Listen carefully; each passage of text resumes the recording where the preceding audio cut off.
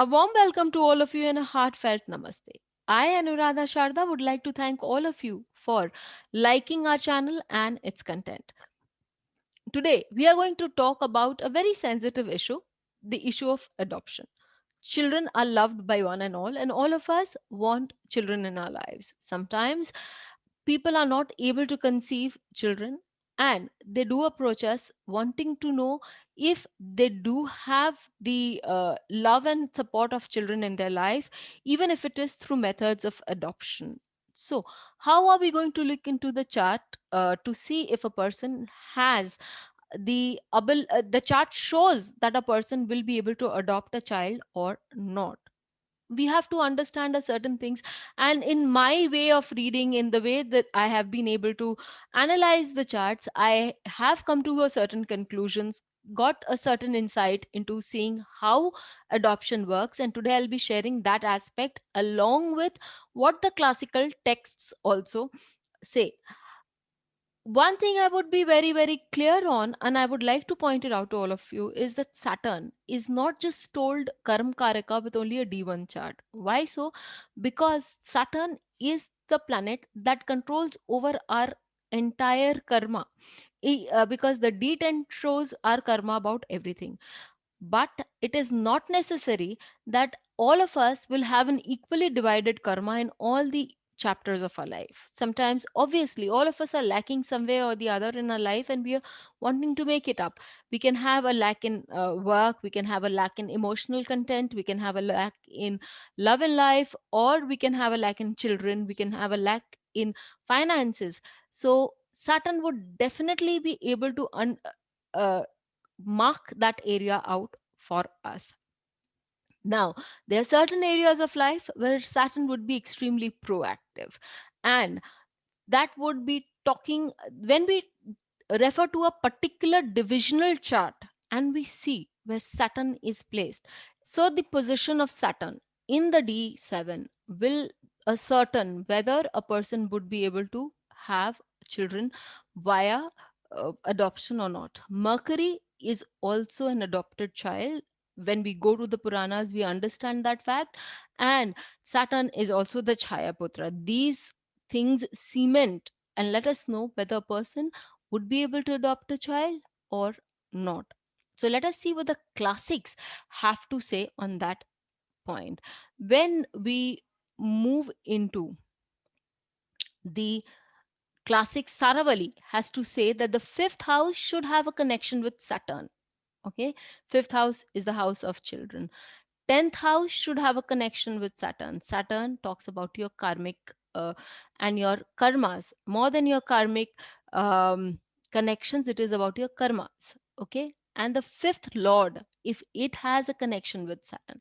Now, many a times we have this question whether the whether Saturn, which is the lord of the fifth and sixth house, will it also give us a child? Yes, the possibility for the lagna, for the Virgo lagna, where Saturn becomes the lord of the fifth and the sixth house, and or for that matter Libra lagna, where it becomes the lord of the fourth and the fifth house. In such a case, if this Saturn is placed in the sixth house, fifth house itself, then its chance of giving you a child through adoption becomes extremely high. Also, especially if such a Saturn is aspected by moon, or if moon aspects, so there, so moon has to be in the 11th house of gains.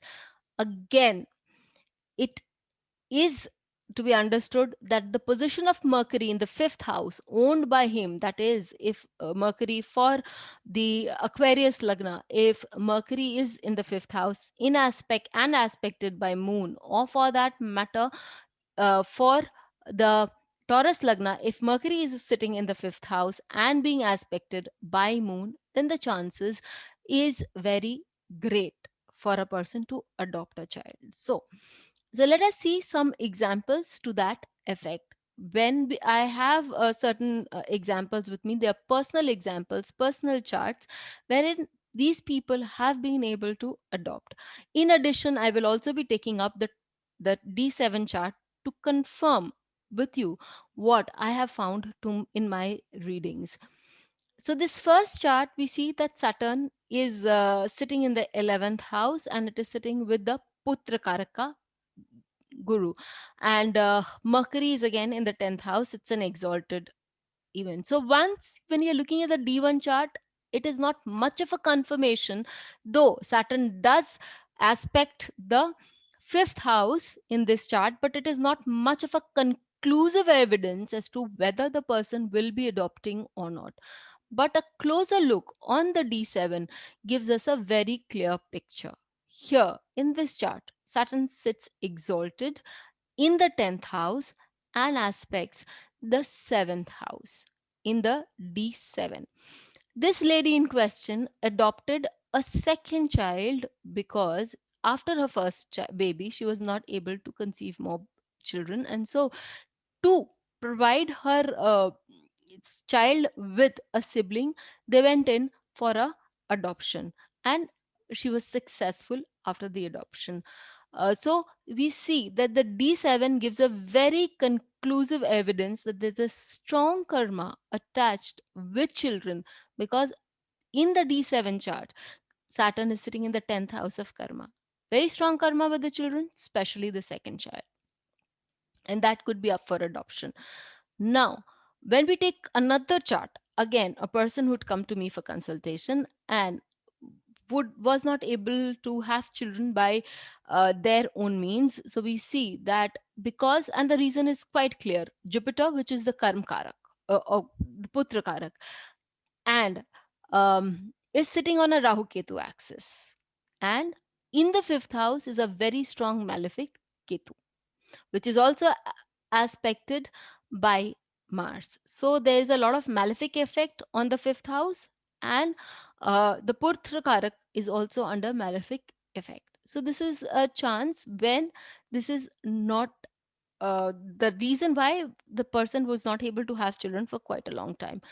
But the best part is when Jupiter Dasha set in, that person was able to adopt a child. Now let us see how this became possible. When Jupiter's Dasha set up for the person, Jupiter, which is the lord of the Lagna of the D7, and will is sitting in the 11th house of fulfillment of wish. What wish? Wish of having a child is sitting with Rahu. Rahu gives us different means. Here again, 1 5 their 511 axis is on a Rahu Ketu axis. So there's a very strong karmic attachment with the child. So when the person will have a child, there will be a strong karma attached with the child. Additionally, we see that Saturn aspects the 10th house very, very strongly. And so it was a very conclusive evidence that we found that during the period when the Jupiter Mahadasha started for this person, he was able to adopt a baby. The wish of the person to have a child was fulfilled, albeit by very different means. One of the means being the uh, adoption. So it's when we look into any chart, it is very important for us to see the dasha operating in that particular chart, uh, and also the position of the planets. Secondly, Saturn, as I said, is as I have experienced in my work, is very important to show what kind of relationship we will be having with with that particular chart and the work around it. So till we meet with you again, do let us know how you have found the content. Till then, take care.